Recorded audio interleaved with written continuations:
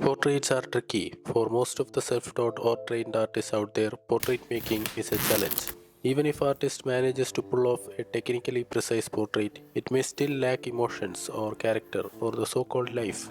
Art is something that triggers your imagination, emotion or mood. Even though art is an inclusive space, if your artwork is not successful in creating an emotional response from the viewer, then you are failing as an artist. In this video, I am going to take you through my portrait making journey and share my experiences and tips so that you can implement those on your art making process. Hello guys, welcome back. Thanks for joining me today. The reference for today's portrait is Mr. Firoz Chuttipara, a famous food vlogger and YouTuber from Palakkad, Kerala. And our aim is simple: to make a portrait that evokes an emotional response on anyone who sees it, whether Firoz himself or someone else. And here I have a special advice to all those beginners out there. Not everything you start working on is going to be a masterpiece. Not everything you paint is going to be foolproof. It's not the case with even the masters of painting. Then how come you are an exception? All that you need to do is to learn from your mistakes and try again and just keep moving forward.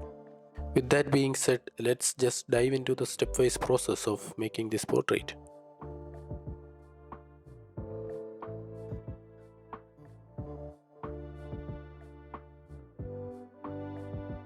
Step 1 is having an idea.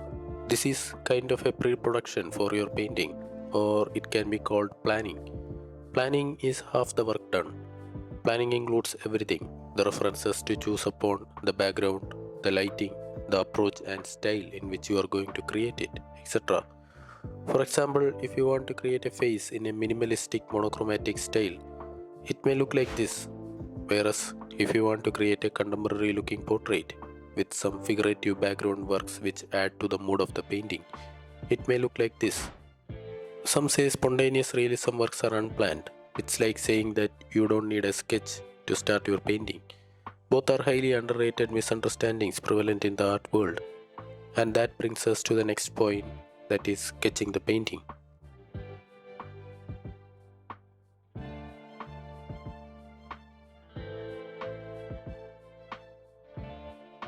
Step number 2 is sketching the painting. By doing an accurate sketch, you are done with the precision and halfway through the likeness of the portrait.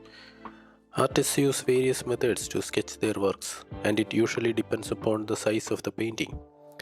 Some like to freehand, some do projections, some like to do grids, and some do carbon transfer. You can choose any of these.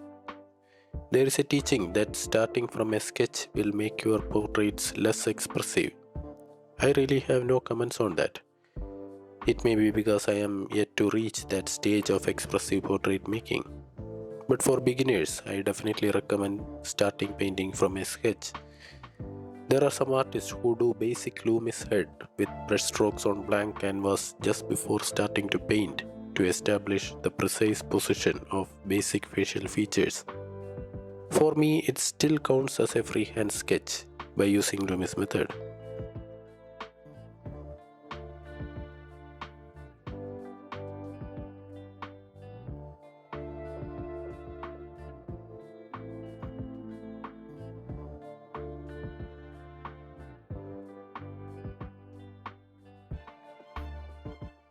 Step number 3 is painting the facial features. Some artists like to have an underpainting with neutral color before starting to add colors. But for me, I just apply pre-mixed skin colors on the face for just one coat and then go directly into the details. Underpainting is a product of classical realism. It definitely has its role in selected cases. But now we are seeing a rise of reimagined realism where the role of underpainting and other classical techniques are vastly declining. Maybe that's a topic for another discussion. With that being said, if you are enjoying this video, please hit that like button as it may help us a lot moving forward. Thank you.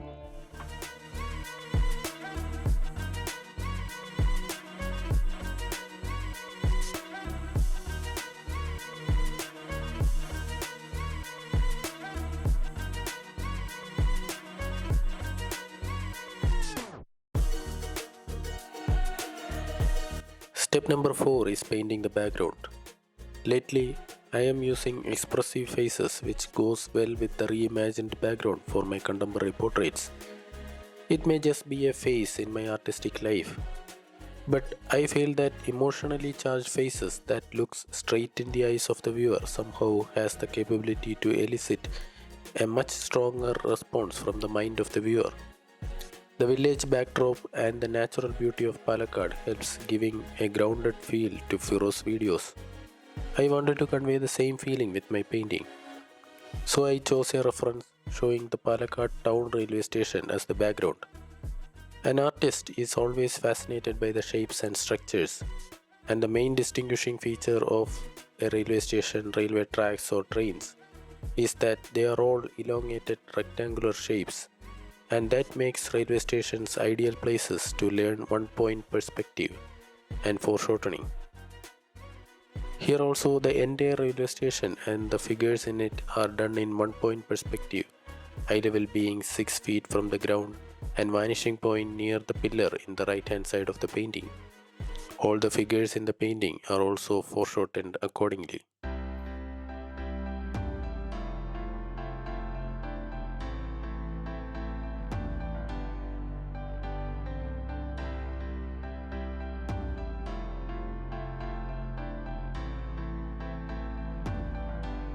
Step number 5 is painting the hand holding the flower in the foreground.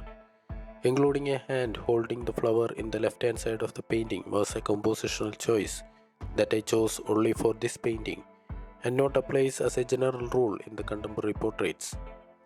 The hand and the flower are slightly bigger compared to the face in the foreground. This adds to the one point perspective and foreshortening being established in the background and helps in the cohesiveness of the three-dimensional figures in the painting. Painting figures and birds flying in the background are also compositional choices as they help in scaling the size of the images that we are dealing with in this painting.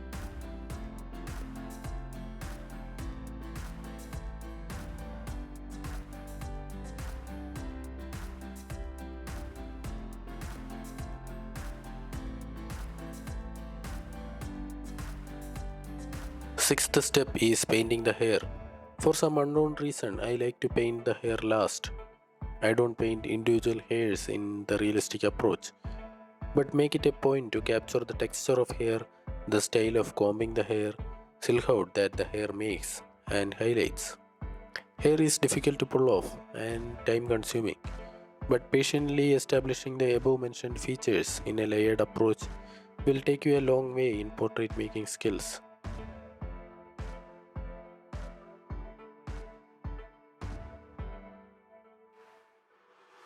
So these were some of the tips that I used while painting this portrait. Hope you all gained something useful. And this is the final look of the painting.